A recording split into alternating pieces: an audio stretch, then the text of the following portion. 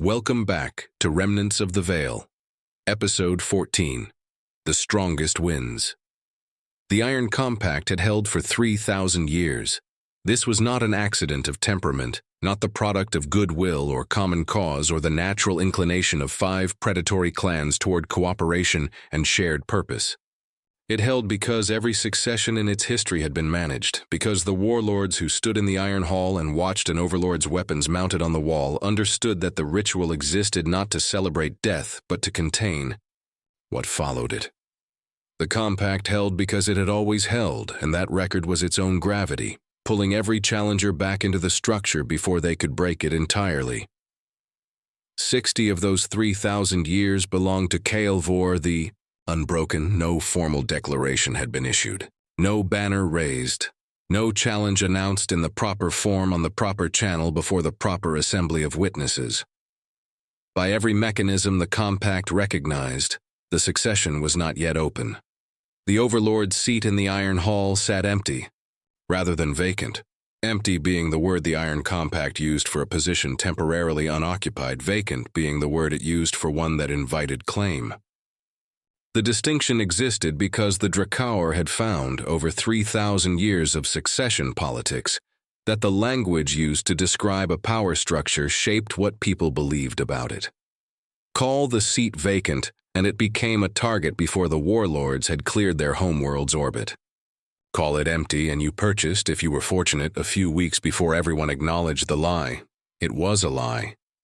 Everyone knew it was a lie. The fleet had known it before the hammer's running lights went dark. The 5 formations had known it when they began pulling apart in the void between Oris 7 and the hyperlane junction, each vector trending slightly away from the others, extended far enough into the dark, each pointed toward a different star. Kethara, Skithal, Kaval, Korath, Thalkor. The strongest wins.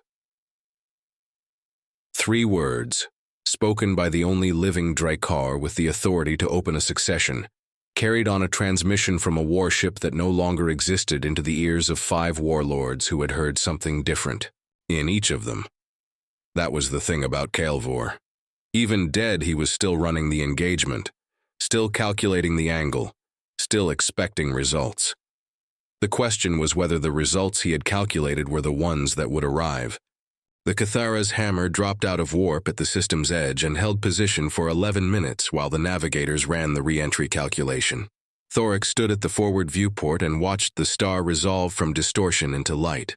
His star, Kethara's sun, old and steady, burning the color he had carried in memory through every deployment across 4 decades of service.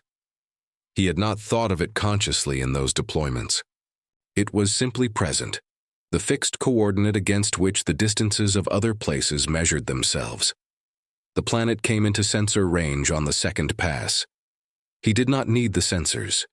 He knew its shape from the viewport. The northern continent's ridgeline, the permanent cloud band at 40 degrees latitude that never fully cleared, the dark smear along the southern approach where the caldera sat open and working. The cloud layer moved across the surface the way it always moved, indifferent to what had happened to the people who had left. Descent clearance came from the surface in the clipped professional cadence of a traffic coordinator who had been expecting the Kethara's hammer for 3 days. Thorruk appreciated this. He had handpicked every controller in the Ketharan orbital infrastructure over 20 years, selected them for the quality of keeping their register clean regardless of what they were receiving. The dropship entered atmosphere, at the standard angle, and the first thing that changed was the sound. The void was quiet in ways no other environment matched. Atmospheric entry had resistance, and the hull read it as vibration before it resolved into anything audible. A low shudder through the frame felt through the soles of his boots. Familiar. The cloud band hit at altitude. The viewport went gray-white, then dark gray, then the shifting opacity of a world that burned something in its lower atmosphere every hour of every day. Sulfur and mineral char and the oxidized heat smell of metal worked at industrial temperatures. It came through the filters and then unmistakably through memory. He had come home from his first deployment to this smell. From Sarath's crossing, where the engagement had cost them the forward battalion and 300 meters of contested, frontier and left him standing on a captured ridgeline, wondering what the ridgeline had been worth. From RS7. The world did not change its smell for the people who had left it. The caldera came into view below the cloud layer. The fortress city had grown the way the Drakaur grew everything, outward and downward, with the understanding that whatever you built would be stood on by people not yet born. What had once been a defensible caldera installation had become, over 30 centuries of successive generations finding the previous generation's work insufficient, something less a fortification than a record. The walls rose in bands of different stone and different weathering, lighter near the base, darker toward the upper additions, not from artistic intent, but because the deeper layers were older and older stone absorbed more. Some of the foundation stones were no longer distinguishable from the caldera wall they were built against. 3,000 years of pressure did that. Stone learned the shape it was pressed into. The eastern approach showed the new construction from the last decade. The walls there were raw, still pale at the cut edges, built by engineers who had understood the threat profile was changing, and had reinforced accordingly. He had authorized that work 8 years ago in a budget review he had not thought about again after signing it. The pale stone was still pale. The engineers had done good work, and the work would be hereafter. Him absorbing whatever came next into its grain. The dropship set down in the inner courtyard. The ramp descended. Kethara's air came before he reached the bottom, cold at this altitude, thinner than a closed ship, carrying the forge smell undiluted and close. He stood at the top of the ramp for a single breath. Then he descended.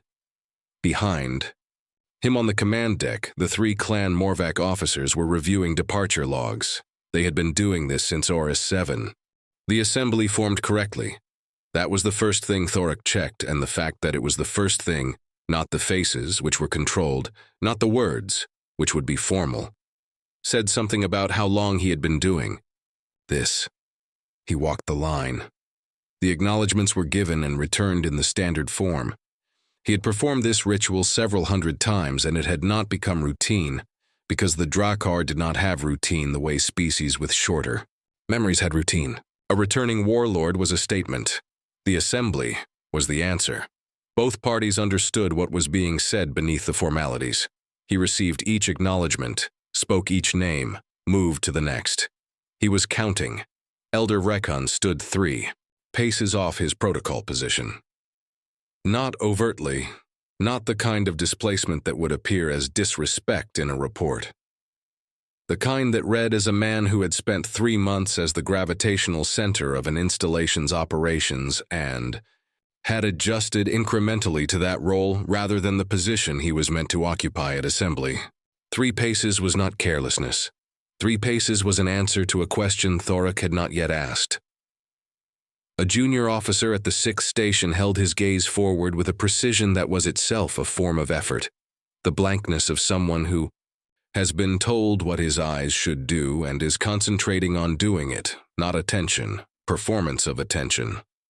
Thorruk had seen the expression on soldiers who knew something they had been instructed not to show.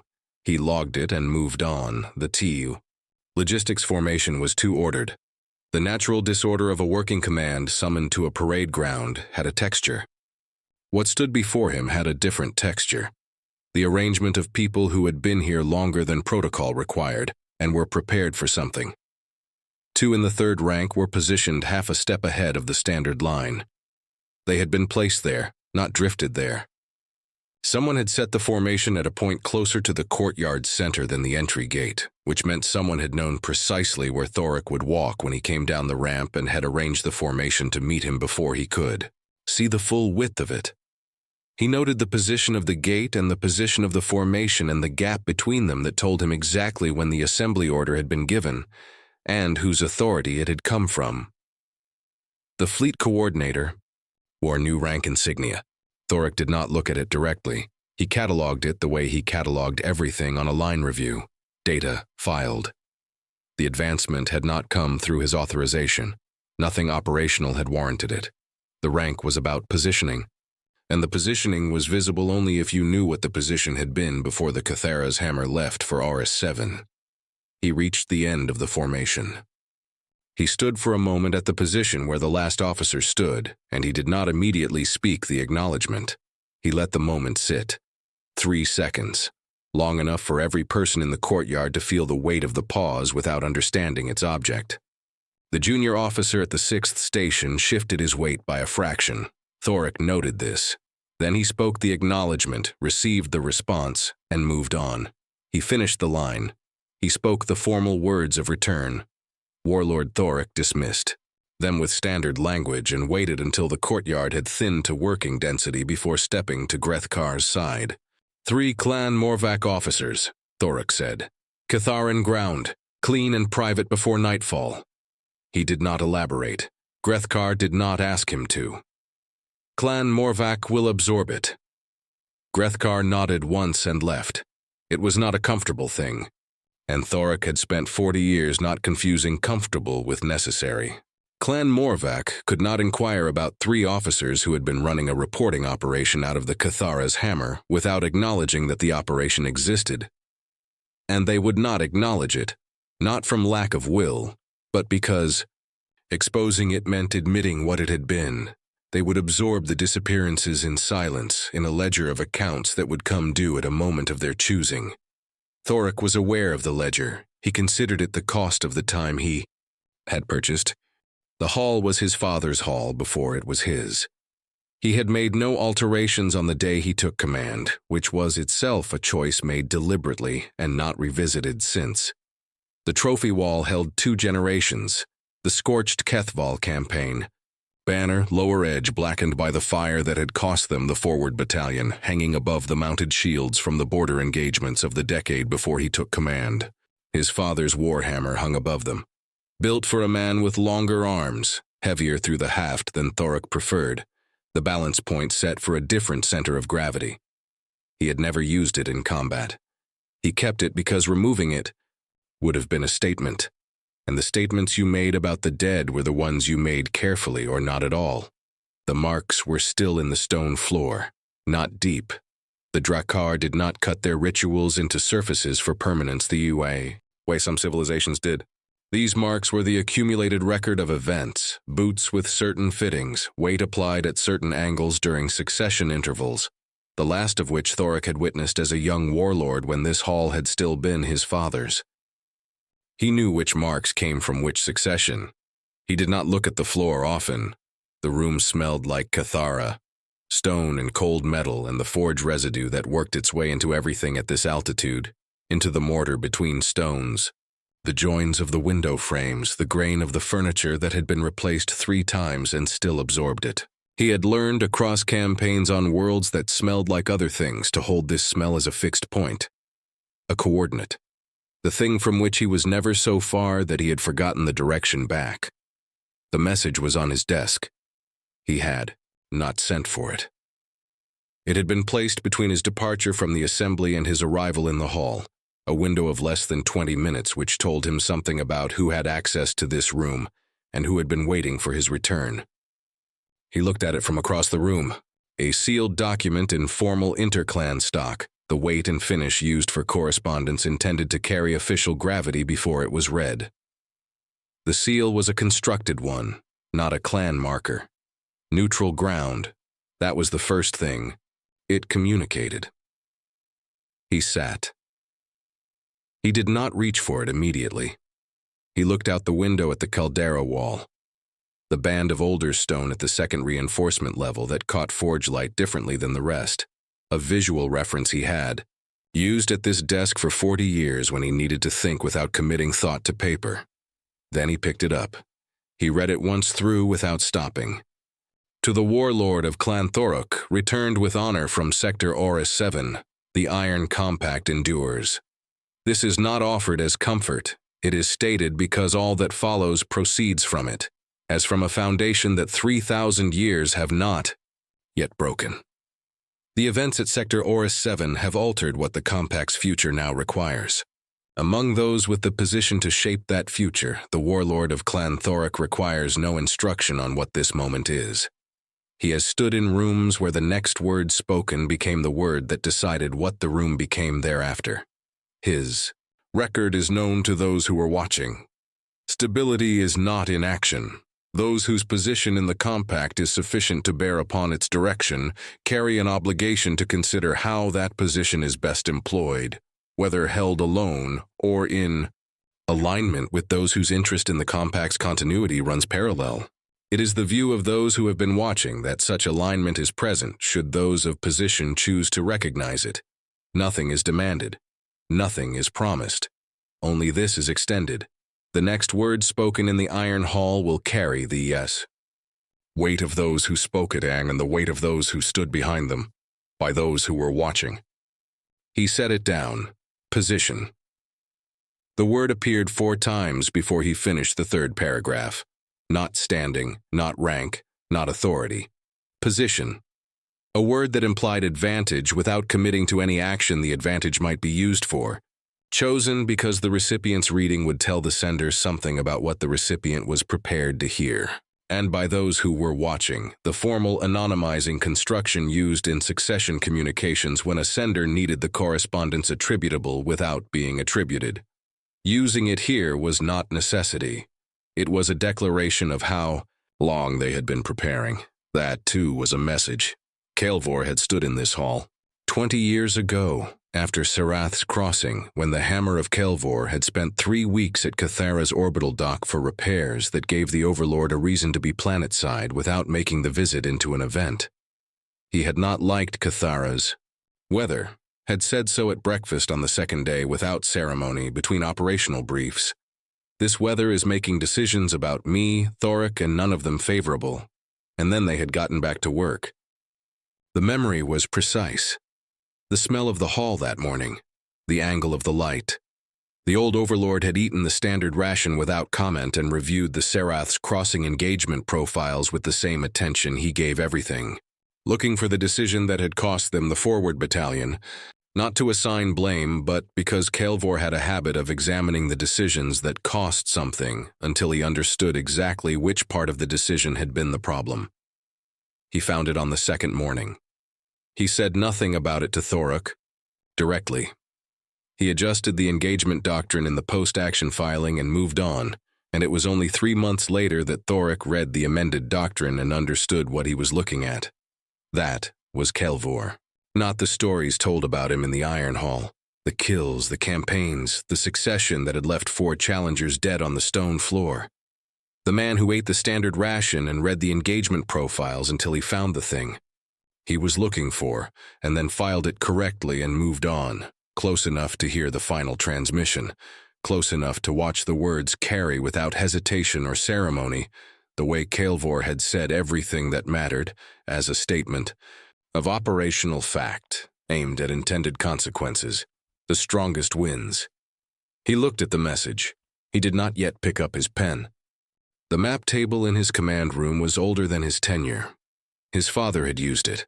The surface was a deep alloy plate with inlaid sensor channels updated 3 times without replacing the plate, giving the display a layered quality. Older. Overlays visible at the edges where the newer integration had not fully covered them. Historical borders showing through current ones like old writing beneath new paint. Every border on any map was a record of something that had changed and could change again. Fleet status first. 16 ships confirmed Clan Thorruk. 3 in stages of resupply that would not complete for 6 days, which made them intentions rather than vessels at present. 2 undeclared ships had arrived at Kethara Station in the past 48 hours and filed standard anchorage paperwork without routing through the clan coordination office. They were being watched and not moved. Moving them required a reason he was not yet prepared to have on record. The remainder of the 42 ships that had left Oris 7 together were distributed now across 5 homeworld approaches. Kethara, Skethal, Kaval, Korath, Thalkor, each committed to a trajectory that was a declaration even though no declaration had been made. 3 supply routes had been quietly redirected. Frekon's work, readable in the routing signatures, the lanes chosen, the timing of each change. The reasoning was sound. The original configuration had carried low probability interdiction exposure that the current succession math had converted into something other than acceptable. The rerouting protected the clan. It had also been done without authorization, and it concentrated 3 critical resupply flows through a coordination hub that answered to vacant. The action was correct. The process was a problem for tonight. The battlefield reports came next. A contested planet in the outer Iron March, a catalog number, not a name, holding mid-grade hull component material, had been the subject of a 4-month campaign between clans Vesk and Drakaur. Then, the Verdanthes organism appeared in the ground reports, already seeded before either fleet arrived, already spreading. Both ground forces began taking casualties from the growth before their orbital commanders understood what they were looking at. The 2 orbital commanders coordinated a planetary burn. The planet was scoured. Then Warlord Veskar and Warlord Thorruk's forces resumed firing on each other. The reports noted that both had filed their destruction authorizations within 3 minutes of each other before they opened the shared channel. Filed and nothing more. The last entry was Corvan. 12 bioships moving into the Thresh Corridor, a mid-rim supply lane Clan Thorruk had held for 20 years. Their monarch was dead, and 14 of their vessels had gone dark at RS-7. They were moving into his corridor anyway, slow and coherent, and he had 16 confirmed loyal ships. The arithmetic did not require a margin note. He left the display running.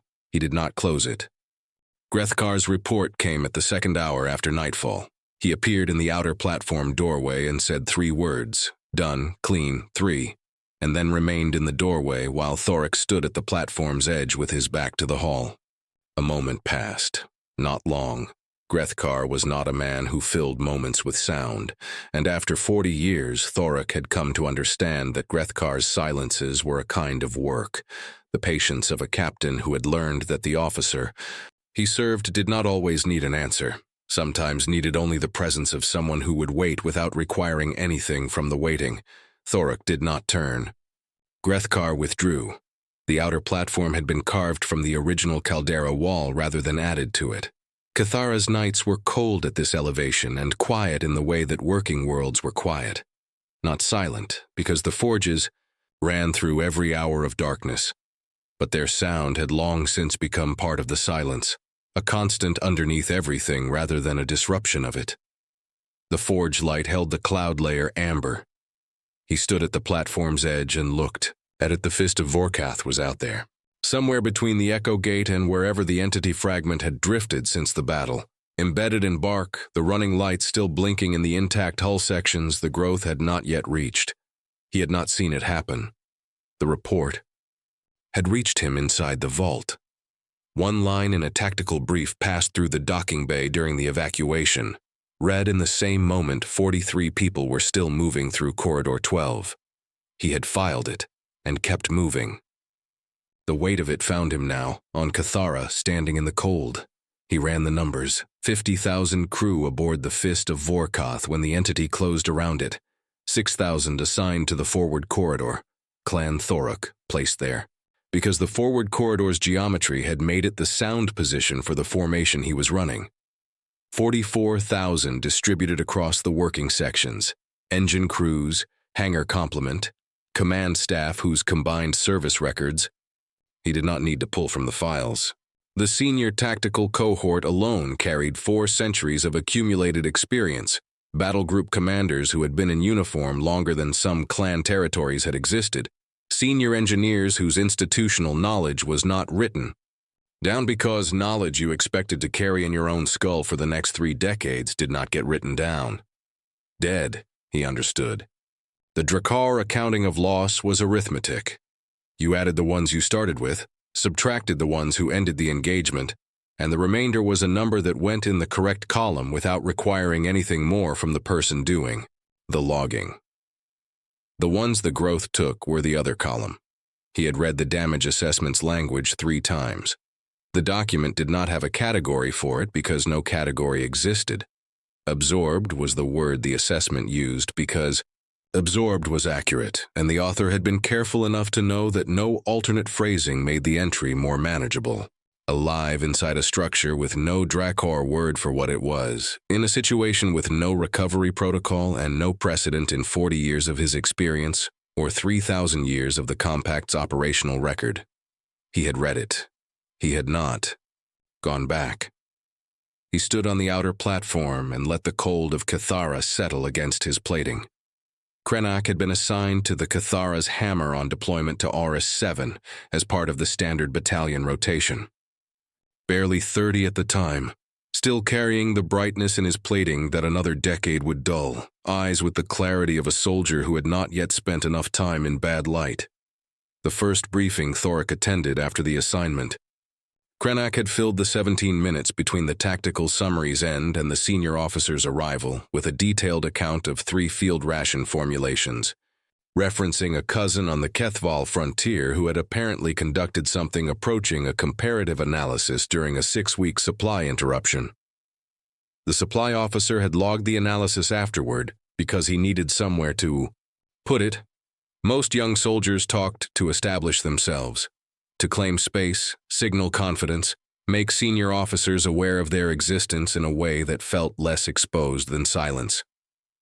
Krenak talked because silence meant something had gone wrong. Thorruk had noticed this in the 3rd week. The volume was not constant. It peaked before engagements and dropped after them, which was the reverse of what most soldiers did, most soldiers relaxing once the pressure had passed. Krenak deflated after engagements, quieter, working through post-action assessments with the reduced energy of a person recalibrating some internal measure against what had actually happened. Thorruk had asked Drakaur obliquely whether there was a history to be aware of, a debt, an obligation, something that had shaped how the deployment request was filed. Drakaur had given him the look he reserved for questions whose answers were obvious to everyone except the person asking. "He's trying to figure out if he's good enough," Drakaur had said. "That's all it is." Thorruk filed this and continued watching. 3rd week of deployment. A corridor breach the standard calculation had priced at 4 soldiers and 1 recovery window. Krenak was in the secondary observation role, watching the geometry without the authority to adjust it. The senior officer in command made the standard call. Thorruk had not been present. He had the official report and Drakaur's separate account and the after-action numbers, which told the story without elaboration. The action had cost 1 soldier instead of 4. When reports were filed, Krenak's name appeared in the secondary observation record but nowhere in the formal recommendation chain because he had made no formal recommendation. He had spoken to 2 soldiers in the staging area 20 minutes before the action began. He had mentioned, without framing it as suggestion, that a certain angle of approach to the secondary junction looked worth considering, and that if they happened to be standing at a certain position when the breach opened, the geometry was better from there. He had then continued explaining something his cousin had said about supply logistics. Both soldiers had been at that position when the breach opened. Thorruk had read this in Drakaur's account, not the official report. He had sat with it for a moment. Then he had moved to the next assessment. The noise covered the work. He understood this now in a way he had not fully understood in that 3rd week. The sound of a man filling every silence was insulation. It let the geometry reading happen without anyone responding to it as a tactical suggestion, which would have required a formal recommendation structure that was slower, louder, and more interruptible than what Krenak was actually doing, which was thinking about angles and then, quietly, repositioning 2 soldiers where 5 had been standing, and then filling the subsequent silence so thoroughly that no one had time to examine how the 2 soldiers had arrived at those positions. The noise covered the work. The work was very good. When Corridor 12 required soldiers and Thorruk needed to match the problem to the soldier who fit its shape, he had done what he always did. He reviewed the parameters. He thought about Corridor 12's geometry and the probability windows and the variable of 43 civilians with no straightforward extraction path. He thought about what the situation required, not simply soldiers willing to enter, but a soldier capable of reading what Corridor 12 was going to do before it did it, and then doing something about it while keeping 43 people moving, and not stopping to explain the geometry to anyone, and keeping talking through all of it so that the 43 kept listening. He gave the order. The 43 had made it out. He confirmed this in the after-action report. A Thalsari child was among them. That detail had appeared in the report in the way details appear when a soldier has considered omitting them and decided not to. Because the detail was true, and the habit of leaving true things out of reports started small and became something different. He had read it and moved to the next line. He would give the same order tomorrow. This was not a conclusion arrived at through reasoning. It was simply the shape of the thing, examined from every angle and returning the same result. The order had been correct. The problem had been matched to the soldier who fit it. The 43 were alive. That was the whole of it. Something sat underneath that accounting that he did not return to. He was aware of it the way he was aware of his father's warhammer on the hall wall, present, correctly placed, not requiring him to lift it tonight. The forge light held. The cold was constant. He stood on the outer platform for another minute, looking at the sky, and he thought, briefly, not dwelling, about the junior officer at the 6th station whose gaze had been too carefully forward, and about Elder Thorruk looking at Vreckan with the patience of a man who had already made a decision, and about the 3 clan Morvok officers who had spent 6 weeks composing reports they would not be sending. The succession was open. Everyone in his clan knew it, had known it before the hammer's transmission, had been making decisions in the space between what was official and what was true. That was not disloyalty. That was the Drakaur understanding a moment and responding to it. His job was not to stop them from responding. His job was to be the thing they were responding toward. Then he went inside. 7 elders arranged themselves in the formal configuration around the long table. The arrangement predated Thorruk's tenure by enough generations that no one in the room remembered a different one, which was the point of it. The Drakaur did not establish traditions for sentiment. They established them so that new problems entered rooms shaped by old precedents, compressing the range of acceptable responses before anyone had spoken. Elder Thorruk sat at the far end. His bone plating had gone pale at the edges past anything a precise age assessment could pin to a number. He had been senior at this table during Thorruk's father's succession, the gathering that had produced the alignment giving Thorruk his warlord's position. And he carried the weight of that history in the way he occupied space, not displaying it, not performing it, simply present in a way that made everything around him adjust its register. His hands were flat on the stone. He was not looking at Thorruk. He was looking at Vreckan. Thorruk noted where Sorvak's eyes were and what they were doing, not watching, not evaluating. The look of a man who had already reached a conclusion and was waiting to see if the evening's events gave him reason to revise it. Thorruk knew something about Vreckan that had not been brought to Thorruk. The posture of a man holding a conclusion was distinct from the posture of a man still forming one. He would address this separately, after Elder Vreckan reported. He was not a man who softened things, a quality that made him useful and dangerous. In equal measure, since the moment requiring softening was precisely the moment he was least equipped to recognize. He gave the 3 routes. The exposure corridors each rerouting had eliminated, the reasoning applied to each decision. The rank advancement, authorized under the emergency discretionary provision that Thorruk's standing command delegation permitted for decisions required in a warlord's extended absence.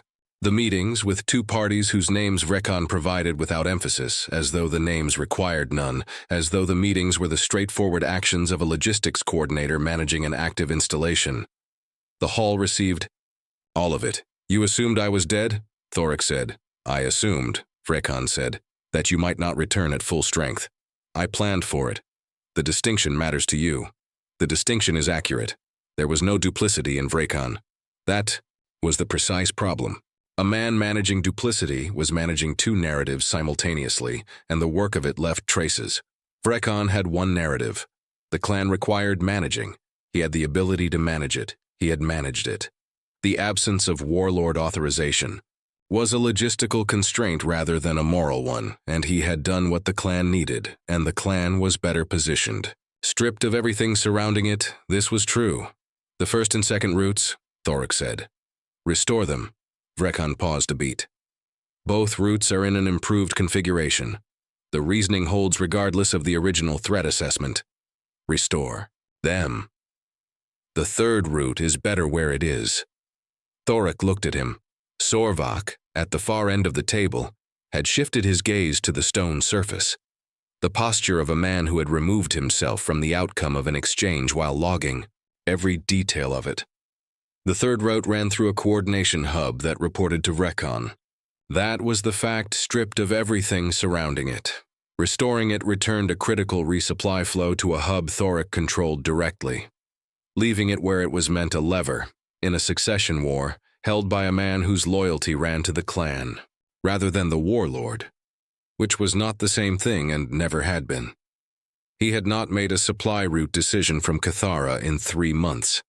Vrecon had made them every day. That was also a fact. "Brief me on its positioning," Thorruk said. "Full operational assessment. Before morning." A pause. Not submission. Agreement, in the register of a man who had reached the limit he was prepared to push and found where the Warlord was prepared to hold. Vrecon nodded. The table settled. Warlord Thorruk looked to the far end. "The assembly is concluded."